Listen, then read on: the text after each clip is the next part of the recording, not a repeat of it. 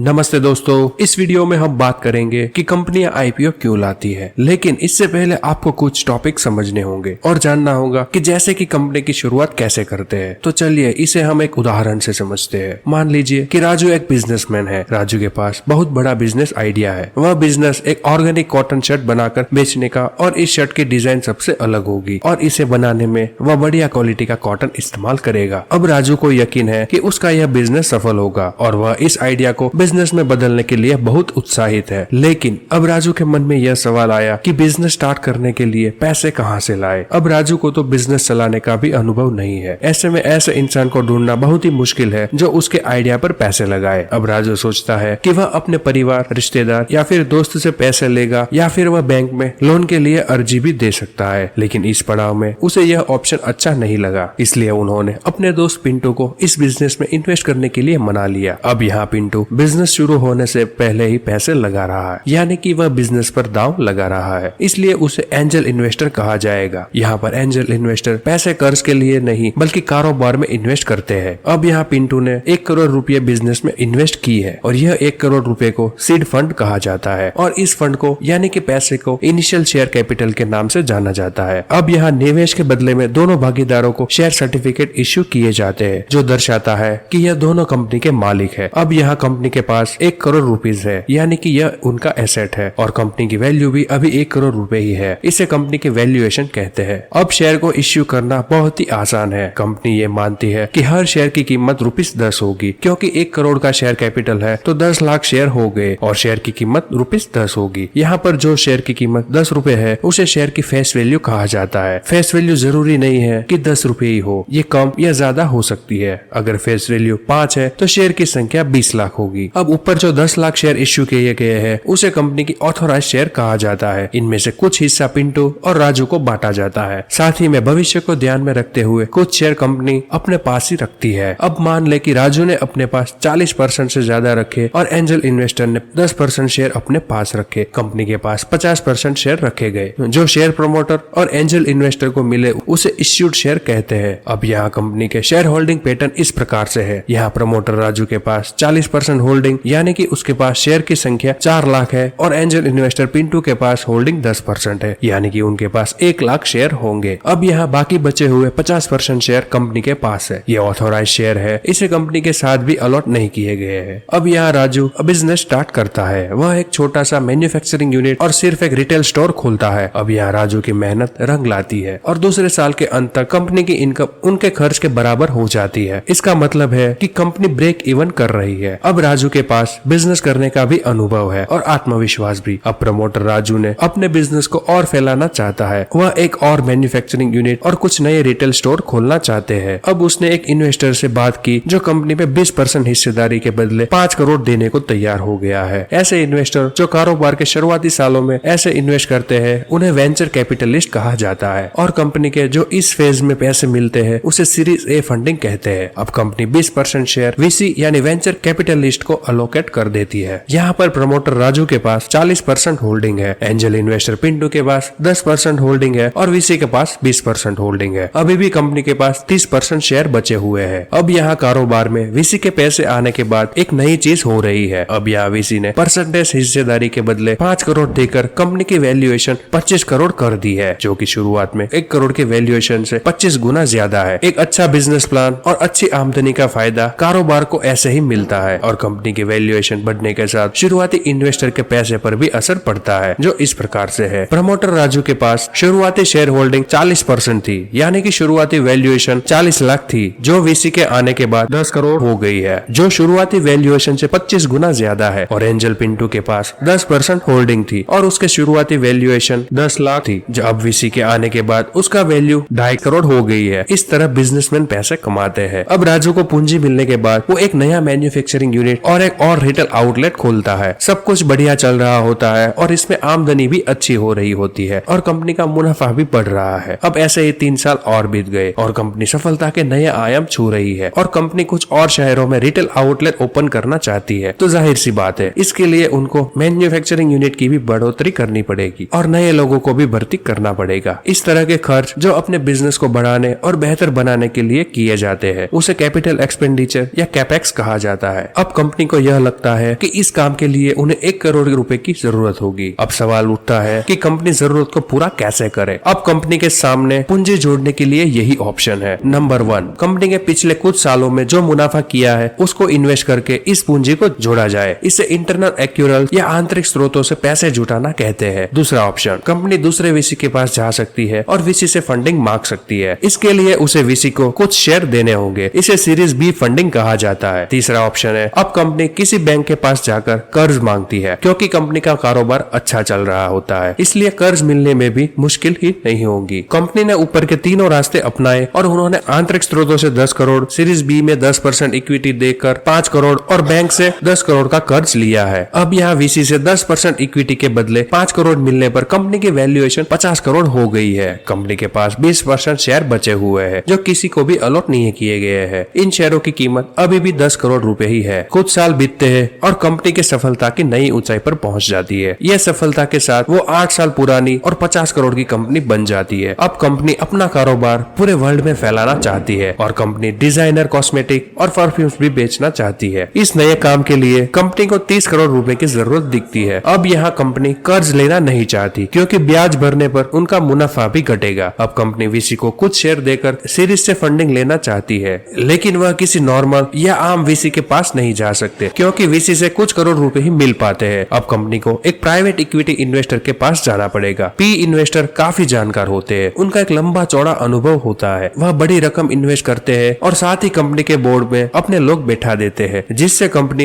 एक निश्चित दिशा की ओर बढ़ने लगती है और वे 10% हिस्सा लेते हैं और उसके लिए वो 30 करोड़ रुपए देते हैं। इससे कंपनी की वैल्यूएशन 300 करोड़ तक पहुंच गई। अब कंपनी के शेयर होल्डर पर नजर डाले तो वह इस प्रकार से है। अब यह प्रमोटर राजू के पास 40% होल्डिंग है, एंजल इन्वेस्टर पिंटू के पास 10% होल्डिंग, वेंचर कैपिटलिस्ट ए के पास 20% होल्डिंग है, वेंचर कैपिटलिस्ट बी के पास 10% होल्डिंग है और पीई इन्वेस्टर के पास 10% होल्डिंग है। अभी भी कंपनी के पास 10% का हिस्सा ऐसा है जो किसी को अलॉटमेंट नहीं किया गया है। इसकी कीमत अब 30 करोड़ रुपए है। पीई कभी भी बिजनेस के शुरुआती दौर में पैसे नहीं लगाता, बल्कि ऐसी कंपनियां में पैसे लगाता है जो कुछ सालों से काम कर रही होती है और जिनकी आमदनी हो रही हो। पीई से पैसा आने के बाद कंपनी अपने बिजनेस को एक्सपांड करती है। पीई इन्वेस्टमेंट के 5 साल के बाद कंपनी का कारोबार काफी बढ़ चुका है और इससे अच्छी आमदनी भी हो रही है। इससे इन्वेस्टर काफी खुश है, लेकिन प्रमोटर नहीं। प्रमोटर अभी भी अपने बिजनेस को और फैलाना चाहते हैं। वह दुनिया के सबसे बड़े शहरों में कम से कम 2 आउटलेट खोलना चाहते हैं। इसका मतलब है कि कंपनी को अब अलग अलग देशों के बाजारों में रिसर्च करना पड़ेगा, वहाँ की पसंद क्या है। कंपनी में नए लोग हायर करने पड़ेंगे और मैन्युफैक्चरिंग यूनिट भी बढ़ानी पड़ेगी और साथ ही में पूरी दुनिया में रियल एस्टेट पर भी पैसे खर्च करने पड़ेंगे। अब मैनेजमेंट का अनुमान है कि इसके लिए उन्हें 100 करोड़ रुपए की जरूरत पड़ेगी। अब कंपनी के पास पैसे जुटाने के लिए यही रास्ते हैं। पहला रास्ता आंतरिक स्रोतों से, दूसरा पी फंड से सीरीज डी फंडिंग, तीसरा बैंक से और कर्ज, चौथा बॉन्ड इश्यू करना जो कि कर्ज का ही एक तरीका है, पांचवा आईपीओ के जरिए, छठा या फिर ऊपर के सभी रास्तों का मिश्रण। अब यह कंपनी आईपीओ से पैसे जुटाने का फैसला करती है। यह आईपीओ का मतलब होता है कि वह अपने शेयर को आम जनता में बेचती है। आईपीओ यानी कि कंपनी अपने शेयर को पब्लिक में पहली बार बेच रही होती है, इसलिए इन्हें इनिशियल पब्लिक ऑफर यानी आईपीओ कहते हैं। अब यहाँ आपके मन में कुछ सवाल उठे होंगे, जो कि सवाल उठना लाजमी है। नंबर 1, कंपनी ने आईपीओ लाने का फैसला क्यों किया? दूसरा, कंपनी ने पहले सीरीज ए, बी और सी के समय आईपीओ का रास्ता क्यों नहीं चुना? तीसरा, आईपीओ आने के बाद मौजूदा शेयर होल्डर का क्या होगा? चौथा, पब्लिक आईपीओ में पैसे लगाने से पहले क्या देखती है? पांचवा, आईपीओ की प्रक्रिया कैसे होती है? छठा, आईपीओ में कौन सी फाइनेंशियल इंटरमीडिएट्स काम करती है? क्योंकि ये वीडियो बहुत लंबा हो चुका है, इसलिए हम सभी सवालों का जवाब अपने अगले वीडियो में देंगे। आपको ये वीडियो कैसा लगा है वह हमें कमेंट करके बता सकता है। अगर आपको यह वीडियो अच्छा लगा है तो इस वीडियो को लाइक करें और शेयर करें और हमारे इस यूट्यूब चैनल को सब्सक्राइब करना ना भूलें।